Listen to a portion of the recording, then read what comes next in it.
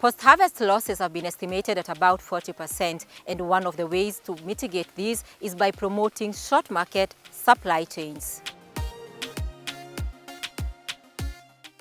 When you think about research, and what has been shown is that almost 40% of food that is harvested never gets to the market due to the post-harvest losses.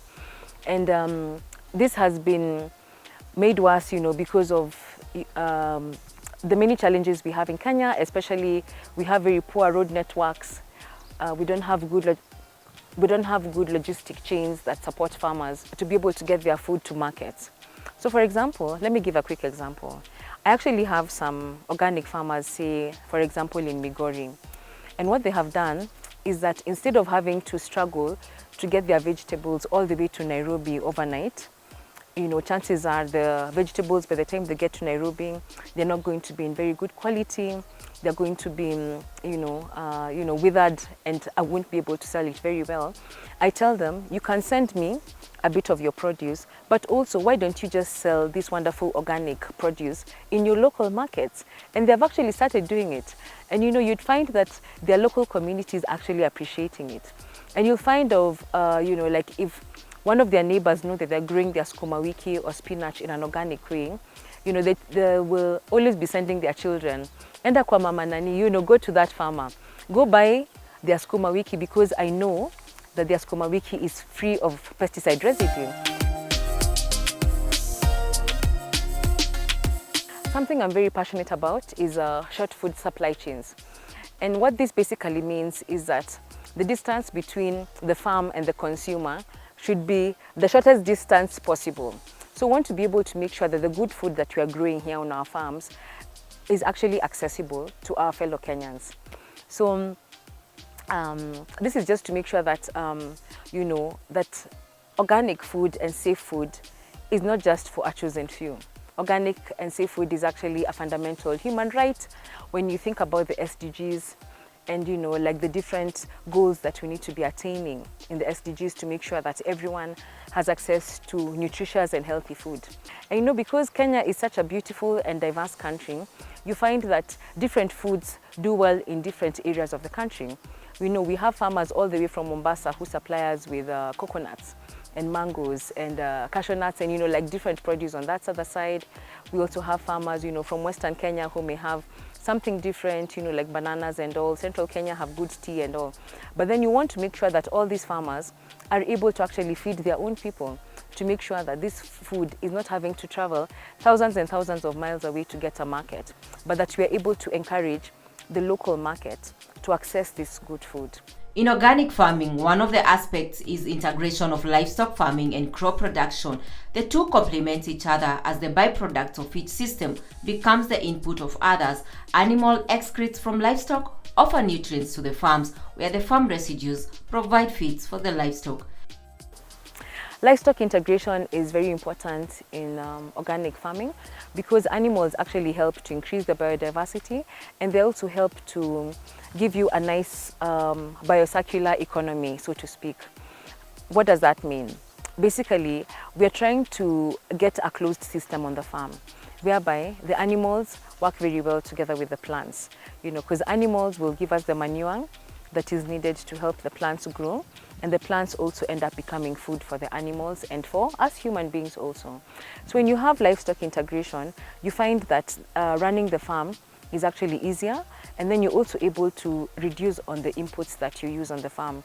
Because like for us, the animals waste that we normally use, of course we use it as manure, but I also use the animal waste to mix into the compost. And compost is just basically using all the waste of the farm, mixing it with the animal manure, letting it cook, for a couple of weeks, and then reintroducing back the compost into the soil so that we can be able to have good and healthy soils that are able to sustain our crops through the season.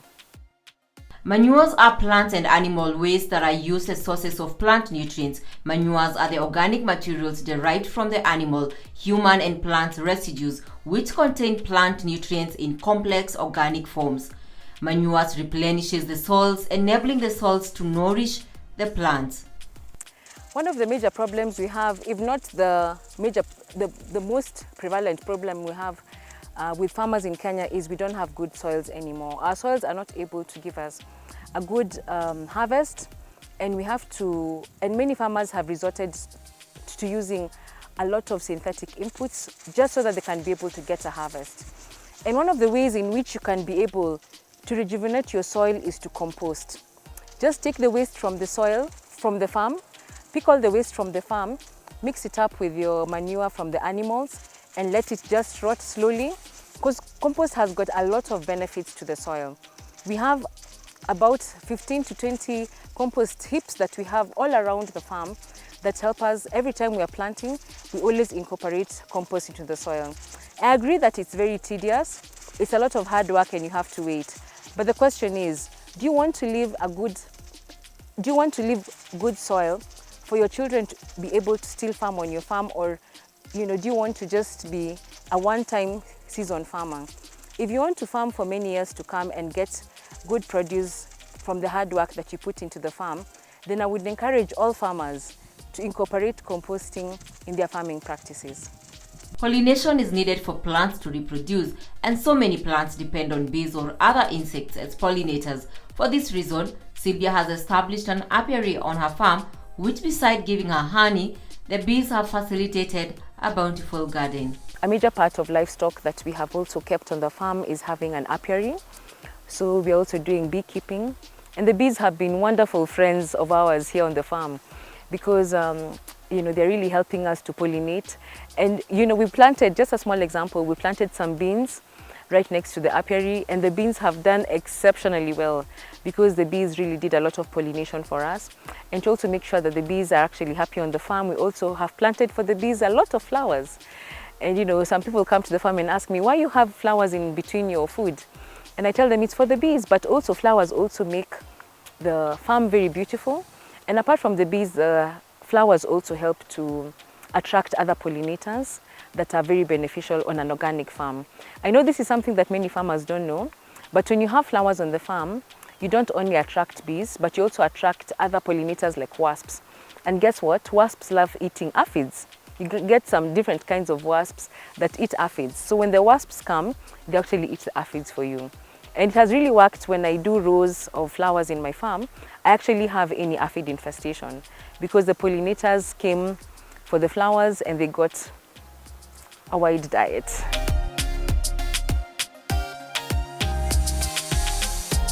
Bees have been very beneficial on our farm.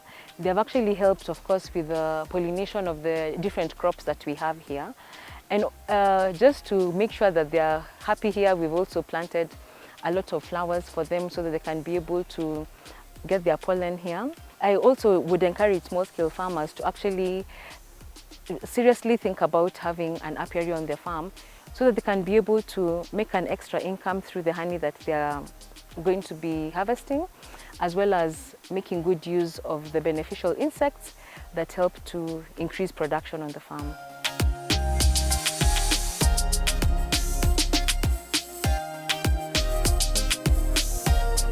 Safe food is a fundamental human right. And many times when you think about organic food or organic agriculture, you find that most of these products are normally sold at a very high premium, which means that your normal mwananchi is actually not able to access it. One of the ways that we are doing it is to make sure that we grow local food that is seasonal. When you grow local food that is seasonal, you actually don't struggle to grow it very much. Because, for example, let me give an example of our African indigenous vegetables. Some of them are actually quite drought resistant and do very well with very little water.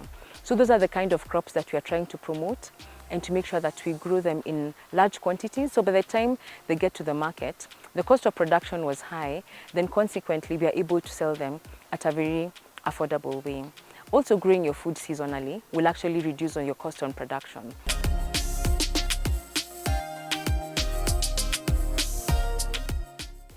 If you visit many of the organic markets, especially around Nairobi or in different towns in Kenya, you'll find that the prices are actually not too high, because many organic farmers are actually well aware that they need to be able to make this produce affordable.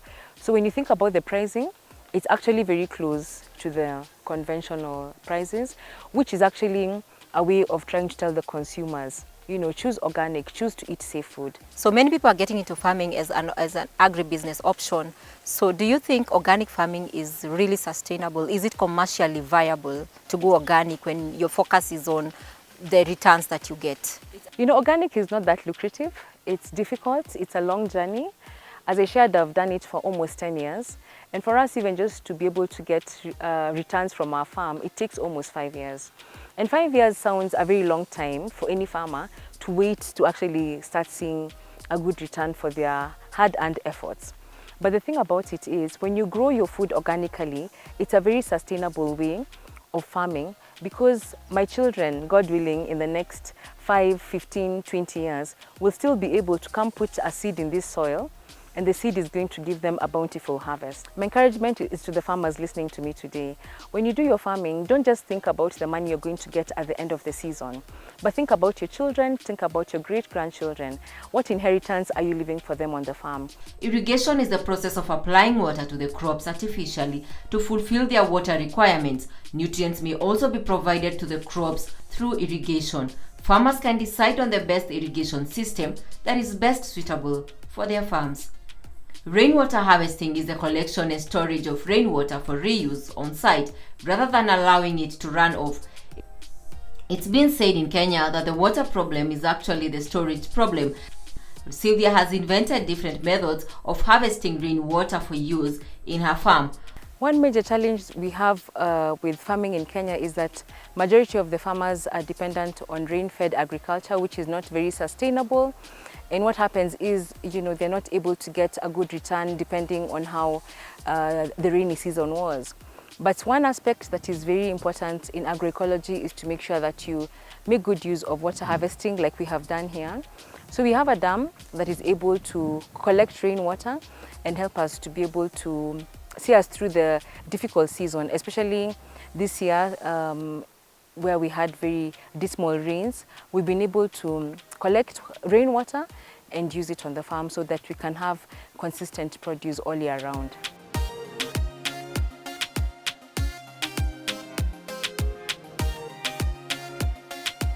Okay, right here you can see that we've planted a lot of onions.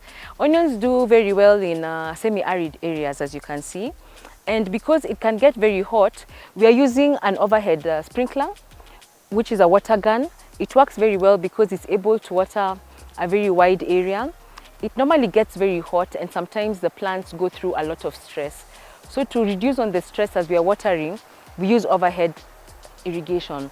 But just a note to farmers that sometimes if you use too much of the overhead or if you don't watch the watering, you're also prone to get a lot of fungal attacks on your crops because then they become too damp. Then when you combine the dampness, sometimes in the heat, your crops will get fungal attacks. So what you're doing here at the farm is very, very incredible. I mean, there is so much to learn. If people want to come and learn, how can they get in touch with you? You can be able to get us on Facebook at Sylvia's Basket, Instagram at Sylvia's Basket. You can even follow me on Twitter, Courier_Sylvia. Or you can be able to get us on our website, www.sylviasbasket.co.ke. And from there you can be able to call us and we can be able to arrange for farm visits where you can come and learn more about organic and how to grow food sustainably. So thank you so much for staying with us. That's where we end our show today. And I believe that you've learned quite a lot on how biodiversity and agroecology are key elements in organic farming. Until next time, it's bye-bye from us.